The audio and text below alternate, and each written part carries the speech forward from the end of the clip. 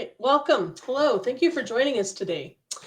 This is our second webinar in our series at the Hardware Marathon, where we are looking at the phases and some of the obstacles encountered in developing a hardware product. If you missed our first episode, and I'm going to wait, there we go. If you missed our first episode, it was a high-level introduction to the product development marathon, and then we had four main insights. What makes hardware development challenging, advice for how to handle setbacks, recommendation to outsource anything that distracts you from focusing on your core competency, and lastly, iterations are a normal part of product development, which is the primary reason we use the marathon as our base analogy.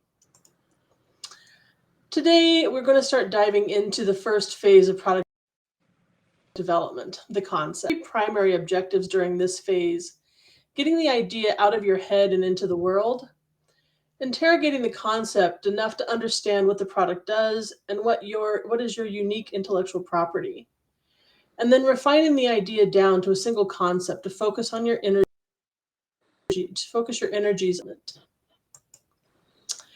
So as we start this marathon, we also will start using an iterative process to explore and interrogate the design.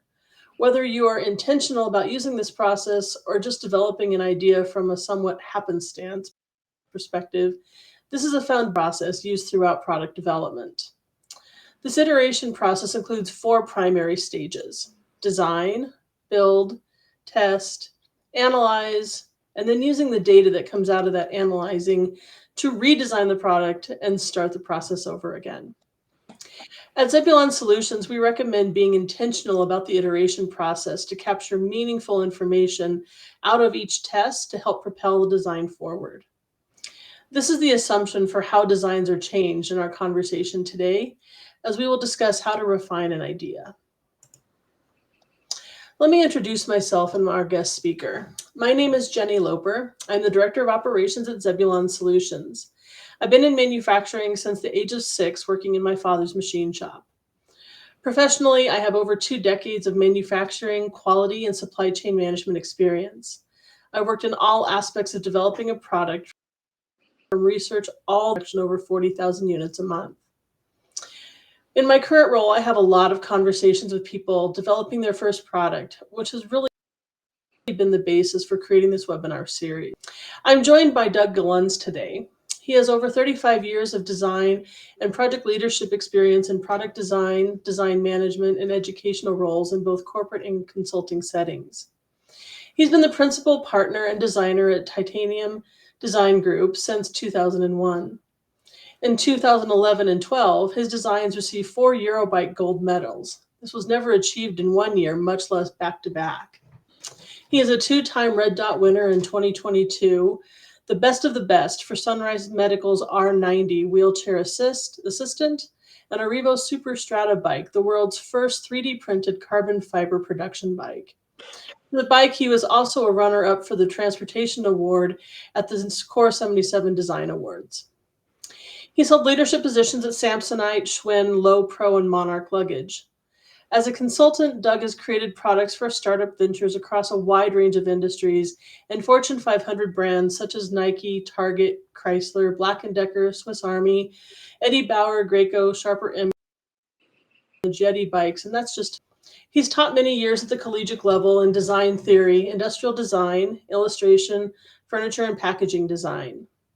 Doug's expertise in creative concept generation, materials, process and sewn good construction has resulted in over 80 national and international design and utility.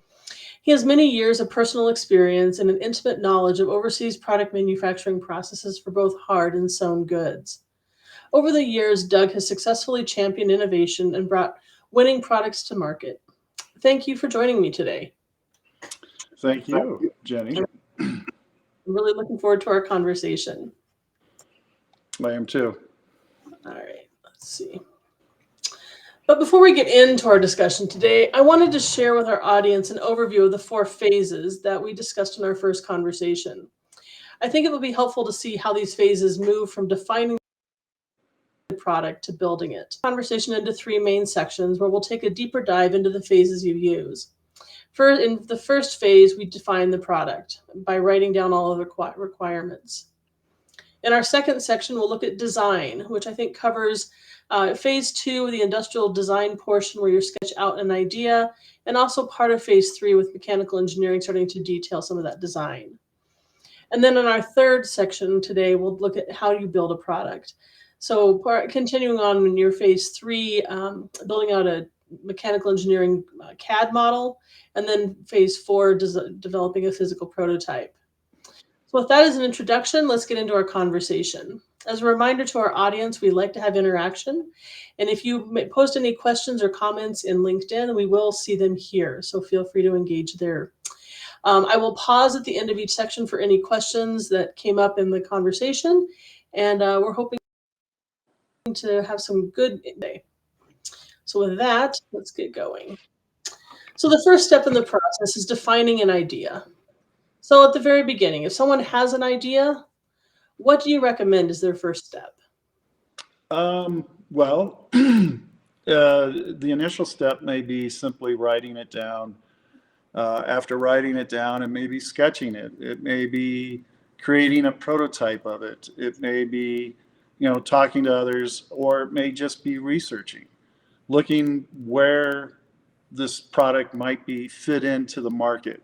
Where is it sold? Where would they go to find their idea is always a great place to start as well. But a little bit of research on their part starts helping define that idea a little bit more than just an idea, So That's great. Yep. Yeah. So I think that if someone has an idea, making sure that somebody wants to buy this and there would be some interest for it in the market, and it's not just their own good idea. So Right. after that, after they kind of have proven out that they want to move forward with this idea, what does that first engagement look like with you and your clients? Well, the first engagement is pretty. It's just a communication of where they're at, where they see the idea fitting into the market. Where do they want to take that idea? What kind of ownership do they want to have with the idea? Do they just want to develop the idea and give it off to someone else, or do they want to create a company around it? That's really a tough decision, and there's pluses and minuses to both sides. So really engaging someone to help them navigate those paths and understanding the pluses and minuses of both sides of really taking this idea further is the challenge. So I think once they've done a little bit of research, understand the market and all of that stuff, engaging a company like Zebulon or Titanium Design is a great place to start defining the product. And I think that's the next step. Yeah, I think that's a really good point. I meet with a lot of entrepreneurs and they're not entirely sure what their end goal is. And it makes a big difference how you approach the design if you're looking to build a company or if you're looking to license the idea. So I think that's a good point to bring out. Yeah. But in that first meeting, what's useful for them to bring to you? Well, I mentioned it, certainly their thoughts on it, but then if they do have writing, if they do have sketches, if they do have a model, that's all great, to really present the idea and where they are with it. So we have an understanding how we need to build this thing, and go further in defining the product. Is there some tools that you would recommend people to use to build out a sketch or a model or whatever? Not at this point. I think, the most important thing that would be the next step, you talked about it as phase 1. I even talk about it as pre-phase, is really is creating that design brief where we really expand on what the product is and do a little research and understand what the safety requirements might be for that product. What does it need to cost? What are limitations in building this product or whatever? So really starting to understand the in the design brief, the product definition. And then secondly, we go to the customer or consumer who's buying this. Where is our target market? So it becomes very important to understand, hey, my target market's someone between, 28 and 45. And these are the things that they like. This is why they're my target market. And then after that, we have to understand the market it's going to be sold at. Is it direct to consumer off a website? Is it through Amazon? Is it a big box? Are we taking it to Target and Walmart? All of these things, understanding this, help describe, and we put in to the design brief. The design brief is going to sort of hold us on the road. I always liken it, without a design brief, it's sort of like taking a dog into a field. We're following a path, but they're running all over the place. We want to make sure we have guardrails on what we're designing, and people understand that. It's easy. I think human nature, we know what we don't like. We have to sort of describe what we want. And so that a resource like a designer or an engineering firm isn't just spending a lot of time picking up things we don't like. We got to understand where we're going and really focus on that. Yeah, that's a really good point. I mean, it sounds like you're trying to capture a lot of information, maybe things that are even intuitive or assumptions on the product that the customer has, and you're trying to help them verbalize that to you. And so, I mean, I think that that design brief that you talk about, I mean, you're really looking at the product from every possible angle: its function, how it's made, the cost, if there's any innovation that needs to be protected, and so on. So go ahead. Well, I was going to say, even, looking at patents, it's a great way to actually brainstorm, is looking at patents. But it also, if there's a product that's similar out there, it's a landmine that we need to negotiate around. And so understanding those things, all those things come into light. Yep. Yeah, I presume that you've done this a number of years, so I'm getting a bunch of pre questions and things like that you just start asking people to generate kind of brainstorming ideas and things like that. Absolutely. Yeah. Okay. All right. So if someone was, I mean, having a firm such as your firm or our firm, somebody to lead them along and to ask those important questions, that can certainly be beneficial. But for an entrepreneur who may be having some resource issues, is there a way that you would suggest that they could start capturing that information on their own? Oh, absolutely. As we talked about, really start looking at all of the factors that are going to influence the design of the product. What are government regulations, the things that this has to pass. I used to work in toys and juvenile products early in my career. Well, you can imagine all the regulations that goes into toys and juvenile products, So if you're going to do something like that, start understanding what that is. I once had a couple at a trade show bring me this idea of a shade that would go over a car seat, sunshade. And it looked cool, but I told them, I said, in a crash test, that becomes a guillotine. Mm-hmm. And they're like, oh, we didn't think about that. But they gave us a patent. You're like, well, they're going to patent anything that doesn't already exist. It doesn't mean it's marketable, And so really we sometimes fall in love with our ideas, which is great, because that passion is going to drive you through a lot of, muck and morass. But at the end of the day, you have to step back from your cone of vision and really see it from all angles. What's going on here? What is my idea? Is it really something that I think people are going to pull out their wallet and spend money on? You make a really good point that I think that a lot of inventors do kind of fall in love with their own, blinded to some of the hazards that might be in that idea. And so it's important to talk with other people. I mean, even if it's friends and family, other people may have some perspectives on that you don't necessarily see because you're so close to it. So before we're going to wrap up our section, capturing and defining the capturing the definition of a product. But before we do, I want to reach out to our audience and see if there were any questions that came up as we were talking through how to capture the product's definition, writing down requirements, the um, necessary aspects of a product in order to get it into the market. I'm going to pause here for just a second. So the first question that came in, if research is the first step, how do you do research when you only have an idea in your head? Well, start thinking about the next step beyond that idea. So, let's say you have an idea for a new dog feeder, right? Well, look at the existing market that where these things are sold. So now all of a sudden, by looking at the existing market, you start to understand how these things are being manufactured. You're starting and can start putting guardrails on. Well, this is the price limit. They go anywhere from $20 to $150. And my feeder does a little bit more. Maybe it's going to be a $200 feeder. Is that really realistic?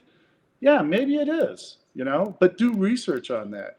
Start thinking about patents. There's a website, I think it's lens.com or lens.org, LENS, where you can just type in, descriptive words, what you want to search as far as patents. Look at what previous intellectual property there is. What are, what are other constraints that might happen in this world? Okay. Yeah, that's a good place to start. I mean, just looking at what already exists in the marketplace, if you're adapting something that already exists, there's a lot you can learn about what's out there. That's a really good point. All right. I think we're going to go ahead and move on to our next section. I'm sure there's a lot more we could say about how to sketch out that first design and the requirements, but let's move on to starting to actually do design. So Doug, what is your process to take a product's features and requirements into a visual representation? Okay. So after we have the design brief, which I really want to emphasize so many times, so I'll emphasize it one more time. This is the guiding light. So as a team or even as an individual, we may brainstorm. I gave a talk at Denver Startup Week this year on using AI to help us generate, and that was using Midjourney, where you can just put in word prompts, and those word prompts are actually taken from the design brief. So once again, going back to the importance of a design brief. But at the end of the day, we just got to start sketching. And I believe in a shotgun theory of design where we're going to do a lot of ideas and hit the target, but we're also going to have stray ideas. Sometimes people have preconceived ideas of what this needs to be. It doesn't necessarily mean that's a bad thing, but let's explore what else is out there. Phase one is about that exploration. And so we'll come up with ideas that hopefully they never even dreamed of. And so those things will all, at the end of phase one, hopefully we've addressed a lot of the design brief. What is the product? Is this aesthetically pleasing to that consumer, or is this product, my target consumer, whoever that is? And then, in the market, is this going to fit in the market? There's something called Maya when it comes to design, most advanced yet acceptable. And we've all seen products out there that come out and they sort of bomb, and yet they were actually pretty cool products. The number one that comes to mind is the Newton. Where the Apple Newton lacked the capabilities of what the promise was, but it was actually, basically the iPhone, 10 years early, So it was a great idea. It just sort of was ahead of its time. So it failed in the Maya test, most advanced and yet acceptable. Sure. So anyway, this explosion of ideas, sketches. Sometimes we go into CAD just really quickly. Sometimes it's easier to model things in CAD than actually sketch them out, especially multiple views. So whatever works to communicate the idea. All right. So for that first level of detail you're trying to achieve in those versions is really just to get the idea out of the head and in front of the customer. Is that what Right, you would say? Okay. right. Especially if they've all only been working in words and description, we're really trying to paint the picture of where it could go and what it can be. And it may be that we have to combine some of the ideas to say, hey, this is, I like this, working, and then on the other one, this is working. So then we have to look at how do we combine those in a succinct manner. It's not, we don't want it to be like a duck-billed platypus, at the end of the day. We want it to look like a duck or, some other thing that where it's really working aesthetically. So. Yeah, you sent over a backpack for Husky. If we put that up on the screen, you want to talk through about how, because I think you've got some different models and ideas in there. You want to talk about how the design process you had to get to what you were doing in each of these design Well, elements. actually, this was Husky is obviously a house brand for Lowe's, and these were tool bags. And so the client actually is a Chinese manufacturer that sells OEM bags to Lowe's. And they said, well, with Husky in mind, how can we advance this and make it, the technology? So there was actually about 20 some designs we showed them. And I just put up these as sort of a collection of those. But that's what a sketch level looks like. Okay, so it's a good point of that. How many versions do you typically create? Or is there? It could be as little as 3. Yep. And one time for Waterpick, we did 86 different sketches for shower heads on phase 1. And 6 of those sketches became lines. So it wasn't just the specific shower head.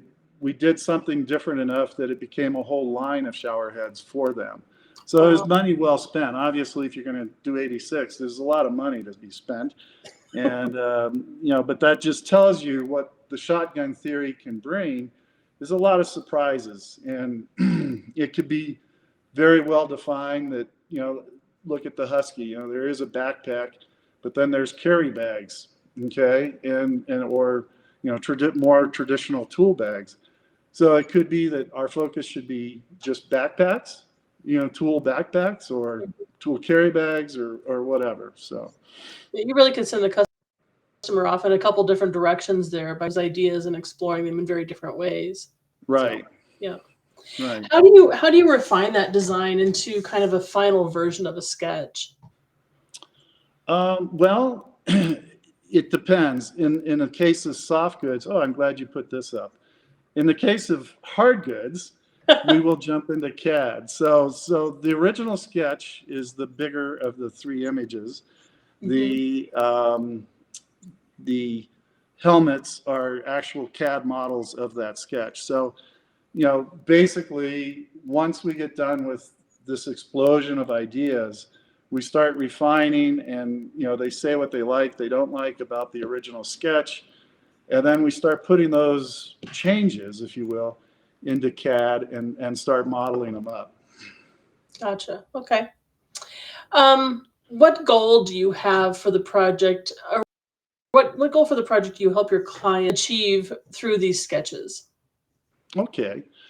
Well, the primary goal at the end of this explosion of ideas might be to go back to our design brief and say, look, you're reacting to this sketch. How does that sketch or that chosen design really relate to what we talked about in the design brief? Now, at a sketch level, we can't speak to maybe all the requirements on the design brief, the nuance. Well, how is it going to be manufactured? That might be hinted, but not necessarily spelled out. Will it pass, all the test requirements? I don't know at this point. It's just a sketch, but it looks like it will. There's not strings holding together the helmet. It looks molded and it looks appropriate for what the goal is. And I think so. Once again, going back to that design brief, to really test what our chosen design is doing, each phase of the way is another reason for doing a very big, very strong and deep design brief. I mean, I think we've talked about, I mean, having that design brief and getting those requirements out is so foundational to guiding the decision-making process as you go through designing the product, it sounds like. Right. And it doesn't mean that everything's locked in stone, especially, once we start dealing with cost, going back to the tool bags. Well, adding a big plastic molded thing on the front of a tool bag or a plastic bottom is doable, but all of a sudden our costs are out of target, and so understanding that. Yeah, that's a good thing to keep in mind, that sometimes you can get a really cool feature, but it's almost prohibitively expensive to incorporate, and so you have to make those decisions early on. So, yeah. All right. Well, I'd like to wrap this section up. Are there any questions that we have or comments from our audience about design? Anything related to what we've talked about in using the requirements to guide the design and sketching? Give it a quick one. What drives the number of concepts that are developed? So I think you mentioned that you do 3 sometimes and 86 another, and you have any thoughts on that? Yeah, that's a great question. Part of it is how much does the client want to pay for? Another aspect may be the complexity of it. Does it, some things are very easy to draw. It's a sphere, it's a ball. Okay, that's pretty easy to draw, Right. or a box, But if it's a folding stroller or, a full suspension bike or, things of that nature where all of a sudden there's a little bit of complexity in there, then that sort of matters. So. Yeah, that makes sense. I mean, it's resources at the end of the day. So it's Mhm. interesting from a business difference from the way that the industrial rates from the engineering world is that we generally are focused on just one thing. We don't usually do a lot of brainstorming, and we usually take the outputs from you guys Yeah. and move it into Well, one. it's interesting because I talked about the shotgun theory. Mhm. Normally, how I start talking about the shotgun theory is saying if you ask an engineer to solve a problem, they'll pull out a rifle and they'll shoot at the target. They're going to give you their absolute best answer, and that's going to be one very strong solution. On the other hand, we're being tasked as industrial designers, I really think, to explore. Now, Mhm. there's people in my field that say, hey, 3 concepts is all someone can really handle. And, there could be an argument for that. I don't want to say they're wrong, but I actually like getting the customer involved and really pushing what they may find as their acceptable paradigm. So, I think that's very important. I think that's a great analogy about how we do really focus on one idea. And I like that you're talking about how industrial designers are focused on exploring the idea. We're not interested in exploring, we're very interested in executing on it. And Well, so, and I think that's part of the task of engineers, meaning um, I have a very respectful relationship with engineers because they're tasked with really producing whatever I come up with. right. I've had VPs of engineering at companies go, Doug, how do I get my engineers more creative? And I say, well, how much time have you given them to fail? Do you give them 20% or 1 day a week to fail at something? No. If they don't bring something to market and it doesn't work first time, then they failed. And that's really limiting creativity. So That's a really good point. We could talk a lot about this, but we probably should get on for time's sake into our third section and talk about building yeah, product. sure. So, when we're building an idea, we're creating a model out of the concept. When I think of modeling, I consider both digital CAD modeling as well as physical. See these different models working together. Well, in today's world, 3D printing is so, after you model something in CAD, to produce a 3D print is so easy. My designer that works for me actually has 2 printers on his desk. And so every time he's modeling something up, he's printing it and then doing proof of concept. Does it fit together? Do I need to tweak it? Or, all these things. So that's just so fun and very important. However, being able to I have a big wood shop, being able to run to the shop and create full-size models or ergonomic studies, or even if it's something that's handheld, really just putting it in your hand and feeling it before you even go to CAD, if it's a new model, becomes very important. Yeah, there's a lot in your hand and manipulating it that way for sure. Yeah. For people who are trying to do this early design work on their own, are you familiar with any kind of tools that you would recommend that they use to generate digital models that then they could send to printers or what have Yeah. you? There are many of even the CAD packages that we use have either free versions or very limited versions they do not cost much. Fusion 360, for example, and I even think SolidWorks does now, where if you're working on one project and you're not a industrial designer or an engineer, it becomes very easy to just, it's a free version.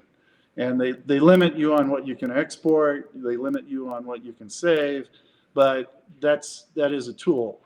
In saying that, and then I should mention Shaper 3D, I think is what it's called. It's for the iPad, and it's very, very common sense, easy to use.